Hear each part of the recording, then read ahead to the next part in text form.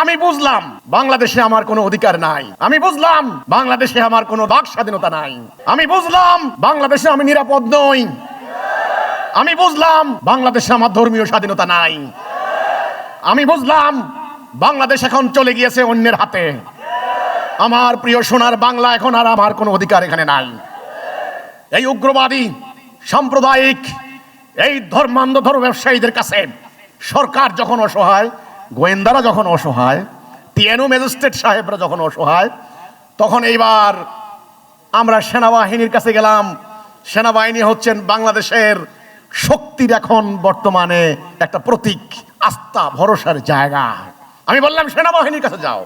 সেনাবাহিনীর কর্মকর্তারা বললেন, ভাই বুঝেন তো, এখানে ডিসি সাহেব হলো ক্ষমতা, আমাদেরকে ডাকলে আমরা যাই, না হলে আমরা যাইতে পারি না। আমি বুঝলাম আমার বেলায় সেনাবাহিনীও আসবে না। রংপুরে আমার ভাইদেরকে যখন হামলা করেছে, প্রকাশ্যে আগুন দিয়ে 14টা বাড়ি জ্বালিয়ে দিয়েছে, গরু লুট করেছে, সেনাবাহিনী ছিল কিছুই করে নাই, একটা বাঁশির হুইসেল পর্যন্ত দেয় নাই। আমি বুঝেছি আমি কোন রাষ্ট্রে বাস করি। আমাকে সরকার মহোদয় আপনারা আর বুঝাইতে হবে না। এখন আমার করণীয় আমি ঠিক করব। জাতীয় আন্তর্জাতিক গণমাধ্যম, আইন প্রয়োগকারী সংস্থা, জাতিসংঘ থেকে শুরু করে আঞ্চলিক সংস্থার সরকার সবাইকে জানান, জানাইতে থাকেন আমরা আজকে আক্রান্ত, আমরা নিপীড়িত, আমরা আজকে বিচারহীনতার মধ্যে বাস করছি, একটা মব সন্ত্রাসের মধ্যে আমরা বাস করছি, আমাদের মানবাধিকার লঙ্ঘিত হচ্ছে প্রতি মুহূর্তে মুহূর্তে, আমরা আতঙ্কে ঘুমাতে পারি না, আমাদের ভাইদেরকে হামলা করা হচ্ছে। এই বিষয়টি আপনারা সরকারকে, আইন শৃঙ্খলা বাহিনীকে, আন্তর্জাতিক সম্প্রদায়কে জানান। জানাইলে কি হবে? আমি জানি কিছুই হবে না। কি করবেন তাহলে? নাম্বার 2, আল্লাহর উপরে ভরসা করে আত্মরক্ষার জন্য পূর্ণাঙ্গ প্রস্তুতি গ্রহণ করুন। আত্মরক্ষার জন্য প্রস্তুতি গ্রহণ করুন। আমাকে বাঁচতে হবে। আমরা উদ্বাস্তু শিবিরে পালিয়ে যেতে পারি না। আল্লাহ বাক শক্তি দিয়েছেন, আমরা বোবা প্রাণী নই, আমরা গরু নই। গরু হাম্বা হাম্বা করে, আমরা হাম্বা হাম্বা করতে পারি না। আঙ্গ নোয়াখালীতে সব সময় আঙ্গ বিরুদ্ধে একটা শ্রেণীর উগ্রবাদী মব সৃষ্টিকারী একটা গোষ্ঠী উস্কানি দিয়ে যায়। সেই ক্ষেত্রে আমরা সব সময় একটা হুমকির মুখে থাই, জানমাল নিরাপত্তার একটা হুমকির মুখে। আমরা দেখতে প্রশাসনের কাছে যাই, প্রশাসনও কেমন যেন আমাদের নিরাপত্তা দিতে ব্যর্থ হয়। এই ক্ষেত্রে আমাদের বিরুদ্ধে যারা উস্কানি দেয়, হেতা করে প্রশাসন বিভিন্ন সভা সেমিনার করার লাই অনুমতি দেয়, কিন্তু আমরা কি লাঙ্গরে দেয় না। এই ক্ষেত্রে আমরা আপনার কাছে জানতে চাই আমাদের করণীয় কি? এটা বাংলাদেশের এখন রাষ্ট্রের নীতি, মাইট ইজ রাইট।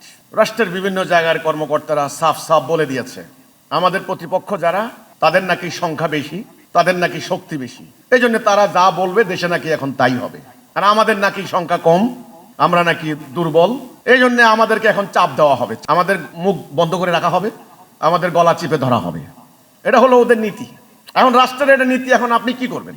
নোয়াখালীতে এ পর্যন্ত 4 বার আমার বাড়ি হামলা হয়েছে, একটা বার প্রশাসন আমার বাড়ি রক্ষা করতে পারে নাই। 2000 সালে, 2009 সালে, 2016 সালে, এরপরে আরেকবার হামলা হলো। এই মোট 4 বার। 2008 সালে 8টা বাড়ি আগুন দিয়ে জ্বালিয়ে দিয়ে লুটপাট করে ট্রাক ভরে মালামাল নিয়ে গেছে। গোলাপ ধান, গোয়াল ঘরের গরু, হাঁস, মুরগি, ক্ষেতের মাছ, সবার সামনে গ্রামবাসী সাক্ষী। বছরখানিক পরে তারাই আলোচনা করে, অমুকে মুরগি নিছে, অমুকে গরু নিছে, অমুকে জাল দিয়া পুকুরে মাছ ধরে নিয়ে গেছে। এটা লুটতরাজ। ওই ঘটনার কোনো বিচার হয় নাই। পরে আল্লাহ রাব্বুল আলামিন 2024 সালে এই জাতির হাজার হাজার বাড়ি লুটপাট করিয়ে প্রমাণ দিলেন হিজবুত তৌহিদের বাড়ি লুটপাট করার পাপ। বিচার হয় নাই। আমরা অসহায়ভাবে আমরা কেঁদেছি, আল্লাহর কাছে কেঁদেছি, আমরা মানুষের কাছে কাঁদি নাই। আচ্ছা, গেল 16 সালে বাড়ি ধ্বংস করে দিল আরেকবার। মসজিদ নির্মাণ করতে গেলাম, 2 জন সদস্যকে জবাই করে হত্যা করলো, কোনো বিচার হয় নাই। বাড়িঘর লুটপাট করলো, কোনো বিচার হয় নাই। খ্রিস্টান বলে মিথ্যা কথা চালিয়ে দিল, সম্পূর্ণ মিথ্যা কথা ছিল। ওকে, মামলা হয়েছে। এই মামলার 100% সুবিধা আদায় করে নিয়েছে আওয়ামী লীগ। আওয়ামী লীগের নেতারা জামাত বিএনপির নেতা কর্মীদেরকে মামলা দিয়ে আসামি বানিয়েছে, সেই মামলা রাজনৈতিক মামলা বলে সুবিধা নিয়েছে। আমাদের কোনো বিচার হয়নি। এখন 5 আগস্টের পরে হাসিনা যখন পালিয়ে গেল, তখন আবার শুরু হলো হামলার পায়তারা। ওই চট্টগ্রাম, গাজীপুর, বিভিন্ন জায়গা থেকে কিছু কওমি মাদ্রাসার মোল্লা মুন্সি নিয়ে তারা মাহফিল নাই, কোনো মাহফিল নাই। মাহফিলের কিসের বক্তব্য? মাহফিলে বয়ান করার জ্ঞান থাকতে হবে তো ওদের, সে জ্ঞান নাই। এই হুমকি, উত্তেজনা, হামলা করতে হবে, বাড়িঘর জ্বালিয়ে দিতে হবে, উচ্ছেদ করে দিতে হবে, ইত্যাদি ইত্যাদি। আমি গত কয়েকদিন আগে চট্টগ্রাম বিভাগের কিছু লোকজন আমার সাথে দেখা করতে আসার কথা ছিল। তো আমি বললাম আমাদের স্কুলের মাঠে আমরা একত্রিত হই। এই কথা ওরা জানলো, ওরা শুনলো, স্বাধীন রাষ্ট্র শুনেন, তারা মিছিল করলো, আমাকে মিটিং করতে দেবে না। তো আমি বললাম কেন মিটিং করতে দেবে না? আমার বাড়ির আঙ্গিনা, আমি তো তোমার বাড়িতে গেছি, জায়গা আমার, রাস্তা আমার, জনগণ আমার, তোমার বাড়ি তো আমি যাইনি, তোমার তো ডিস্টার্ব করিনি, একটা রিক্সা পর্যন্ত তোমার থামবে না। প্রশাসন পুলিশ বললেন যে মিটিং করতে পারবেন না। টিএনও মহোদয় বলে দিলেন 144 জারি করে দেন, মিটিং যেন করতে না পারে। ওকে ঠিক আছে, আমাদেরকে গোয়েন্দারা অনুরোধ করলেন ভাই মিটিং করেন না, আপনারা তো ভালো মানুষ, আপনারা আইন মানেন, গন্ডগোলের দরকার কি ভাই, বাদ দেন। আমরা বাদ দিলাম, মিটিং করলাম না। ওকে, হলো না, ঠিক আছে। তারা বললেন সামনে নির্বাচন, নির্বাচনকে সামনে রেখে সরকার চাচ্ছেন একটা ফেয়ার অ্যান্ড ফ্রি ইলেকশন হোক। সরকার, আইন শৃঙ্খলা বাহিনী, আন্তর্জাতিক সংস্থা সবাই চাচ্ছে একটা নির্বাচন দেশে হোক। অনেক বছর নির্বাচন হয় না, কাজে ভাই এখন আপনারা এই নির্বাচনের তফসিল ঘোষণা হয়েছে, আপনারা এখন কোনো মিটিং টিটিং করেন না। তো আমরা ঠিক আছে, আলহামদুলিল্লাহ, আপনাদের কথা আমরা মানলাম, ভালো কথা।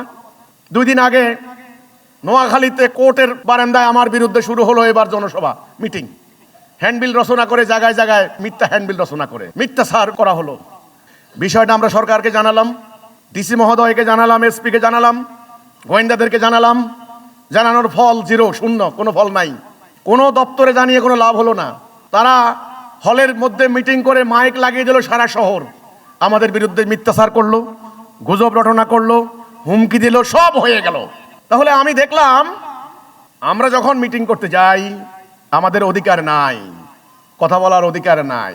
আর তারা যখন আমাদের বিরুদ্ধে উস্কানি দেয়, সমাবেশ করে, মিটিং করে, তারা সহযোগিতা পায়, তাদেরকে আর কেউ মানা করে না। টিএনও মহোদয়ের আর 144 জারির কোনো আইন থাকে না, ডিসি মহোদয় আর দেখেন না, এসপি সাহেব আইন শৃঙ্খলার অবনতির আশঙ্কা আর করেন না। সবাই চুপচাপ, সবাই চোখে হাত দিয়ে মনে হয় যেন বসে আছেন।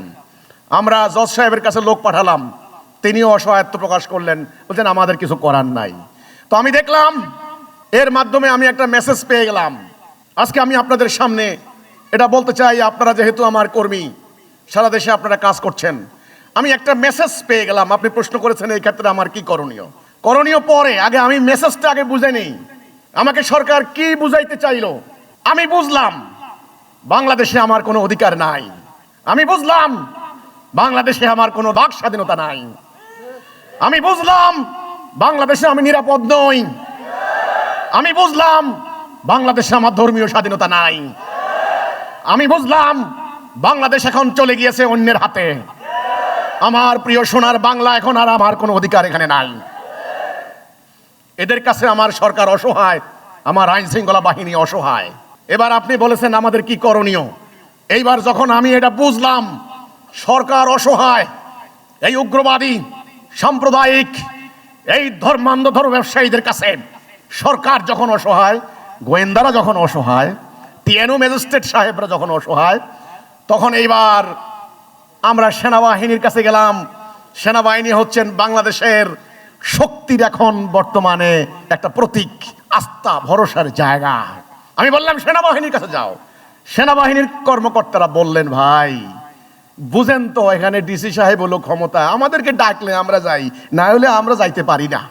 আমি বুঝলাম আমার বেলায় সেনাবাহিনীও আসবে না। রংপুরে আমার ভাইদেরকে যখন হামলা করেছে, প্রকাশ্যে আগুন দিয়ে 14টা বাড়ি জ্বালিয়ে দিয়েছে, গরু লুট করেছে, সেনাবাহিনী ছিল, কিছুই করে নাই, কিছুই করে নাই, একটা বাঁশির হুইসেল পর্যন্ত দেয় নাই। আমি বুঝেছি আমি কোন রাষ্ট্রে বাস করি, আমি বুঝতে পেরেছি। আমাকে সরকার মহোদয় আপনারা আর বুঝাইতে হবে না। এখন আমার করণীয় আমি ঠিক করব। নাম্বার 1, কি অন্যায় হয়েছে, কি অবিচার হয়েছে, কি মিথ্যাচার প্রোপাগান্ডা চালানো হচ্ছে আমার বাড়িতে হামলা করার জন্য, লুটপাট করার জন্য। এই বিষয়টি নিয়ে জাতীয় আন্তর্জাতিক গণমাধ্যম, আইন প্রয়োগকারী সংস্থা, জাতিসংঘ থেকে শুরু করে আঞ্চলিক সংস্থার সরকার সবাইকে জানান, জানাইতে থাকেন। আমরা আজকে আক্রান্ত, আমরা নিপীড়িত, আমরা আজকে বিচারহীনতার মধ্যে বাস করছি, একটা মব সন্ত্রাসের মধ্যে আমরা বাস করছি। আমাদের মানবাধিকার লঙ্ঘিত হচ্ছে প্রতি মুহূর্তে মুহূর্তে, আমরা আতঙ্কে ঘুমাতে পারি না, আমাদের ভাইদেরকে হামলা করা হচ্ছে। এই বিষয়টি আপনারা সরকারকে, আইন শৃঙ্খলা বাহিনীকে, আন্তর্জাতিক সম্প্রদায়কে জানান। জানাইলে কি হবে? আমি জানি কিছুই হবে না। কি করবেন তাহলে? নাম্বার 2, আল্লাহর উপরে ভরসা করে আত্মরক্ষার জন্য পূর্ণাঙ্গ প্রস্তুতি গ্রহণ করুন।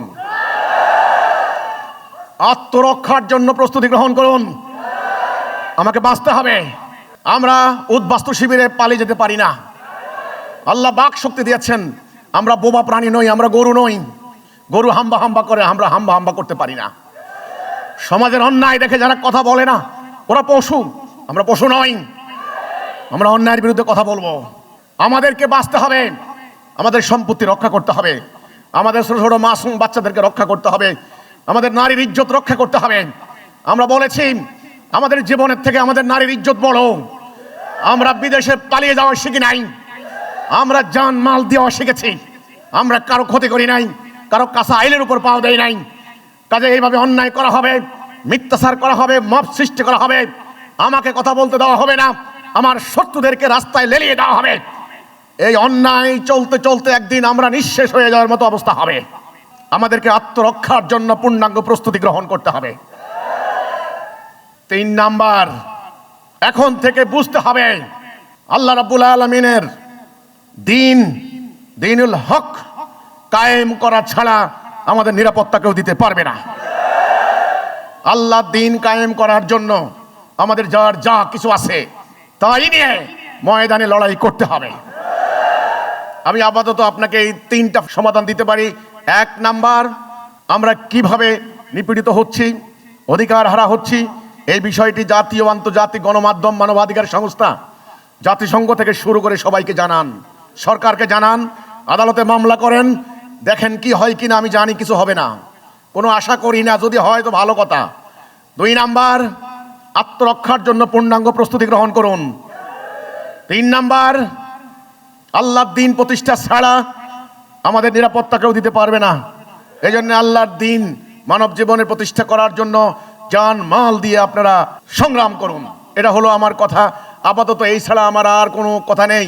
কারণ আমরা যাইয়া প্রশাসনের সঙ্গে ঝগড়া করতে পারবো না। ওরা যেরকম অন্যায় করছে আমরা সেম কায়দায় অন্যায় করতে পারি না। ওরা যেরকম মাইক লাগিয়ে গালাগালি করছে আমরা মাইক লাগিয়ে গালাগালি করতে পারি না। তাদের আল্লাহর উপর ভরসা করে সত্য নিয়ে দাঁড়িয়েছি। সত্য বুকে ধারণ করে আমরা আমাদের আত্মরক্ষার জন্য পূর্ণাঙ্গ প্রস্তুতি গ্রহণ করতে হবে। আমরা মেসেজ পেয়ে গেছি, সরকার আমাদেরকে মেসেজ দিয়ে দিছে এই রাষ্ট্রে আমাদের কোনো অধিকার নাই। আমরা পেয়ে গেছি, মেসেজ পরিষ্কার। এবং আমরা এই মেসেজ পেয়ে গেছি, এই ধর্মব্যবসায়ী উগ্রবাদী গোষ্ঠী তারা মনে করেছে তারা বাংলাদেশে একটা সুযোগ পেয়েছে, বাংলাদেশকে একটা ইরাক সিরিয়া বানাবে।